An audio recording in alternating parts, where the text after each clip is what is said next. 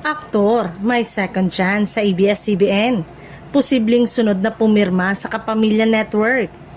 Usap-usapan ngayon sa entertainment circle ang isang aktor na umano'y malapit ng muling mapabilang sa lumalawak na roster ng mga artista ng ABS-CBN.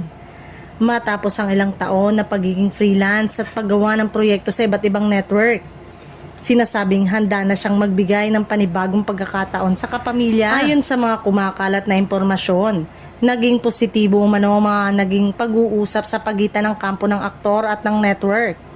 Dahil dito, marami ang naniniwalang pirmahan na lamang ng kontratang hinihintay bago ito opisyal na i-anunsyo sa publiko. Hindi rin umano maitatanggi na malaki ang naging bahagi ng ABS-CBN sa karera ng naturang aktor noong mga nakaraang taon. Kaya naman para sa ilan, tila isang homecoming ang nangyayaring sakaling matuloy ang kanyang pagbabalik sa kapamilya. Dagdag pa ng mga source, may ilang proyekto na raw na nakahanda para sa kanya sakaling maging formal ang kasunduan. Kabilang dito ang posibilidad ng teleserye, digital content at iba pang programang maaaring mapanood sa mga platform ng network na patuloy na nagpapalawak ng lineup nito para sa 2026. Samantala, hindi pa nagbibigay ng opisyal na pahayag ang aktor tungkol sa mga balibalitang ito.